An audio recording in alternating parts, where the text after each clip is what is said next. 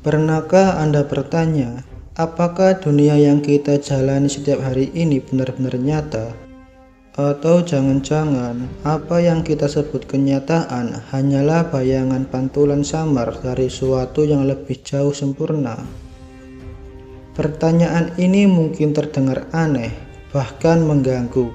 Namun, justru dari pertanyaan inilah lahir salah satu filsuf paling berpengaruh sepanjang sejarah manusia. Filsafat itu berasal dari seorang pemikir Yunani kuno bernama Plato. Plato tidak menulis filsafat seperti buku teori modern. Ia menuangkan gagasan dalam bentuk dialog percakapan hidup tentang kebenaran, keadilan, jiwa, dan negara. Pemikirannya begitu kuat hingga seorang filsuf modern pernah berkata, seluruh filsafat barat hanyalah catatan kaki dari Plato. Dalam video ini, kita akan menyelami pemikiran Plato secara mendalam, bukan hanya apa yang ia pikirkan, tetapi mengapa ia memikirkannya. Karena bagi Plato, filsafat bukan sekedar ilmu, melainkan jalan hidup menuju kebenaran.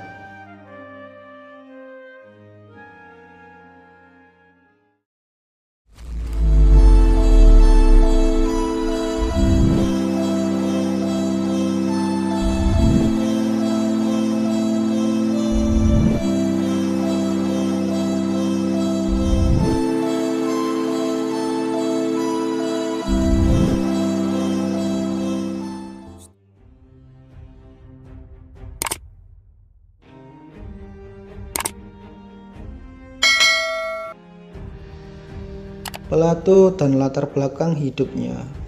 Plato lahir di Athena sekitar tahun 427 sebelum Masehi, di tengah keluarga bangsawan yang terpandang. Ayahnya bernama Ariston, diyakini memiliki garis keturunan dari Kodros, raja legendaris Athena. Ibunya bernama Periktion, berasal dari keluarga elit politik dan memiliki hubungan darah dengan Solon, yaitu pembuat hukum besar Yunani. Artinya, Plato bukan berasal dari rakyat biasa. Sejak kecil, ia hidup di lingkungan yang mempersiapkannya menjadi pemimpin negara.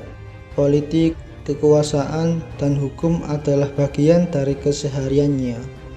Namun Athena pada masa itu sedang sakit.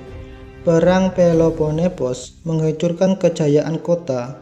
Demokrasi berubah menjadi arena intrik dan emosi massa, dan puncaknya negara menghukum mati seorang pria bijak yang tidak bersalah, yaitu Socrates. Bagi Plato, kematian Socrates adalah luka yang tidak pernah sembuh.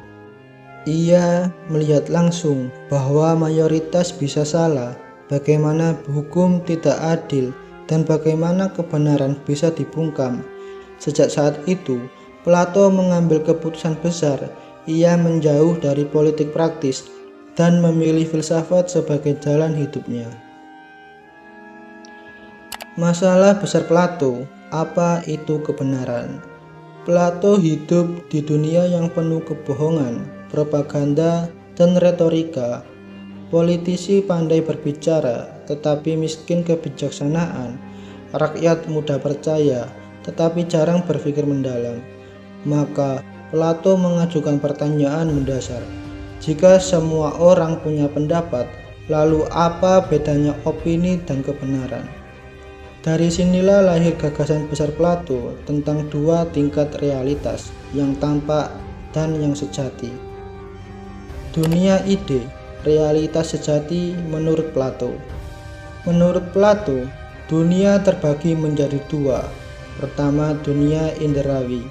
Dunia yang kita lihat, sentuh, dan alami setiap hari. Dunia ini berubah, rusak, dan tidak sempurna. Yang kedua yaitu dunia ide. Dunia yang tidak bisa dilihat mata, tetapi bisa dipahami akal. Dunia ini abadi, sempurna, dan tidak berubah. Semua benda di dunia nyata hanyalah salinan tidak sempurna dari ide yang ada di dalam dunia ide. Seekor kuda bisa sakit dan mati, tetapi ide kuda tidak pernah berubah. Manusia bisa berlaku adil dan tidak adil, tetapi ide itu adalah keadilan. Bagi Plato, semakin jauh kita bergantung pada indera, semakin jauh pula kita dari kebenaran. Alegori gua, kisah manusia dan ilusi. Plato menyadari bahwa teori dunia ide sulit dipahami, maka ia menggunakan cerita. Ia menggambarkan sekelompok manusia sejak lahir terikat di dalam gua. Mereka hanya melihat bayangan di dinding dan mengira itu adalah dunia nyata. Ketika satu manusia keluar dan melihat matahari, ia awalnya sakit dan bingung, namun perlahan ia menyadari kebenaran. Masalahnya, ketika ia kembali ke gua, orang-orang tidak percaya, bahkan menganggapnya gila. Plato ingin mengatakan sesuatu yang sangat tajam, bahwa manusia sering membenci kebenaran karena kebenaran itu menuntut perubahan. Pengetahuan sejati dan proses mengingat. Plato membedakan antara opini dan pengetahuan sejati. Opini adalah apa yang kita kira benar, sedangkan pengetahuan sejati adalah apa yang benar tanpa tergantung pada persepsi. Ia percaya bahwa jiwa manusia sudah memiliki pengetahuan sejak sebelum ia lahir. Belajar bukanlah mengisi gelas kosong, melainkan membangunkan ingatan jiwa. Inilah mengapa filsafat bagi Plato adalah proses penyadaran, bukan sekedar hafalan. Struktur jiwa manusia. Plato melihat manusia sebagai makhluk yang selalu berkonflik dengan dirinya sendiri. Ia membagi jiwa menjadi tiga, yaitu akal, emosi, dan nafsu. Akal yaitu pencarian kebenaran, emosi yaitu pencarian kehormatan, sedangkan nafsu yaitu pencarian kesenangan. Kebahagiaan sejati hanya tercapai jika akal memimpin, bukan nafsu. Negara ideal, filsuf sebagai pemimpin. Plato lalu menghubungkan jiwa manusia dengan negara. Negara itu seperti manusia, bisa sakit jika dipimpin oleh nafsu dan ambisi. Karena itu, negara ideal menurut Plato harus dipimpin oleh filsuf raja, orang yang mencintai kebenaran, bukan kekuasaan. Ia bahkan berani berkata, selama filsuf tidak menjadi raja atau raja tidak menjadi filsuf, negara tidak akan pernah adil. Kritik dan warisan abadi Plato. Pemikiran Plato dikritik, diperdebatkan, bahkan ditentang, termasuk oleh Aristoteles. Namun, justru dari perdebatan inilah filsafat berkembang. Plato mempengaruhi filsafat barat, pemikiran keagamaan, konsep pendidikan, dan etika politik modern. Seorang Plato tidak hanya mengajak kita berpikir, tetapi mengajak kita beranjak keluar dari gua, meninggalkan bayangan, dan berani menatap cahaya kebenaran.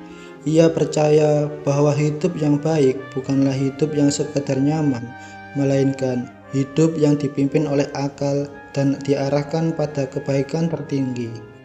Melalui metode ide, Plato mengingatkan bahwa apa yang tampak belum tentu nyata, dan apa yang nyata seringkali tak terlihat oleh mata.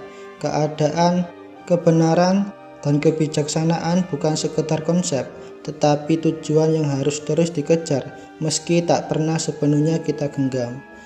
Bagi Plato, keruntuhan manusia dan negara bukan dimulai dari kemiskinan atau kekalahan perang, melainkan dari kehilangan arah jiwa.